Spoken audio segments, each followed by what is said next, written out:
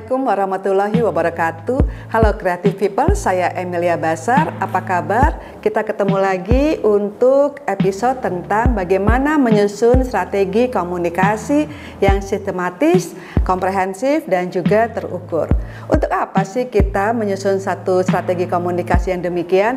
Tentunya yang pertama adalah menentukan tujuan komunikasi yang terukur. Strategi komunikasi itu juga kita buat untuk menjadi panduan bagi program atau kegiatan komunikasi lainnya. Selain itu juga efektif dalam menyampaikan pesan pada target khalayak dengan menggunakan media yang tepat.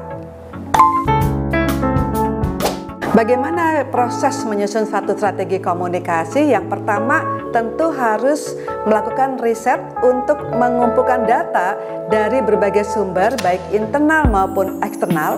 Lalu kita kelompokkan, kita analisis, kita interpretasikan, atau kita kelompokkan, kategorikan ya.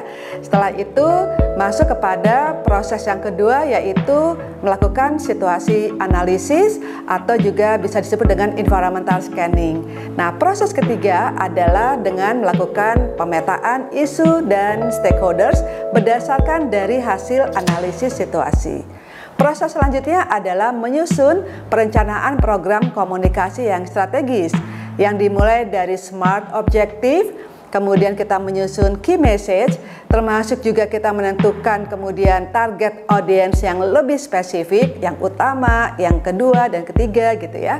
Lalu yang berikutnya adalah kita juga melakukan atau menetapkan media dan taktiknya. Nah, biasanya kita pakai PESO model, yaitu paid, earn, share, dan own media.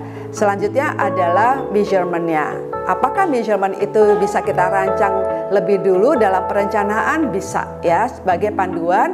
Kalau nanti program komunikasi itu dijalankan, yaitu pada tahap kelima, kita juga sudah punya panduan nanti mengukurnya seperti apa kegiatan yang akan kita laksanakan. Setelah kegiatan itu dilaksanakan, baru kemudian masuk kepada monitoring dan evaluasi. Nah, semua proses penyusunan strategi komunikasi ini tentu aja harus bisa terkait dengan strategi dari organisasi atau perusahaan, kemudian juga harus align dengan visi misi termasuk corporate value atau institutional value, dan juga harus bisa achieve terhadap tujuan dari organisasi atau perusahaan. Nah, untuk yang pertama yaitu review ataupun kita melakukan riset, kan kalau kita udah ngumpulin data nih dari berbagai sumber ya, kita kan juga harus mereview kegiatan kita pada periode sebelumnya. Nah, setelah itu kita bisa dengan pertanyaan-pertanyaan, apa aja sih kegiatan komunikasi yang sudah kita lakukan, kendalanya apa, kemudian kegiatan itu sukses karena apa, lalu kalau kita mau menyusun strategi komunikasi yang akan datang, itu apakah ada perubahan di internal dan eksternal sehingga kita strategi komunikasinya juga harus bisa beradaptasi.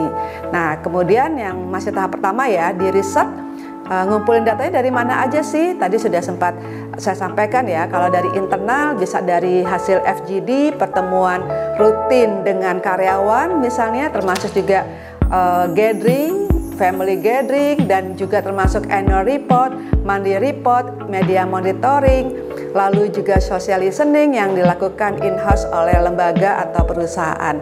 Dan kalau dari eksternal juga bisa dari hasil kajian atau riset pihak ketiga, lalu juga data yang kita dapatkan dari stakeholders di public eksternal kita, termasuk juga kalau ada survei, FGD, wawancara dengan pihak eksternal, itu juga kita bisa masukkan di dalam data atau dokumen untuk kita review, kita interpretasikan, kita analisis, masuk kepada tahap selanjutnya. Ini penting banget, kalau datanya lengkap, itu kita akan bikin strategi komunikasi juga bisa lebih lengkap, lebih tajam, dan tentu aja lebih tepat sasaran.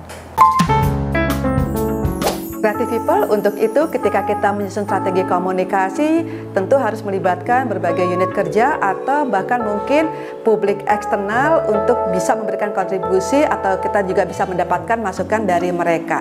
Selain itu yang paling penting adalah strategi komunikasi kita bisa mendukung dan berkontribusi untuk lembaga atau perusahaan kita, dan juga kita harus juga memperhatikan arah tujuan strategis dari lembaga atau perusahaan kita, termasuk dari pimpinan tertinggi di lembaga atau perusahaan kita. Selamat mencoba. Stay tune untuk episode selanjutnya. Jangan lupa untuk like, share, dan juga kasih komen juga ya di YouTube dan Spotify Siprocom. Sampai jumpa.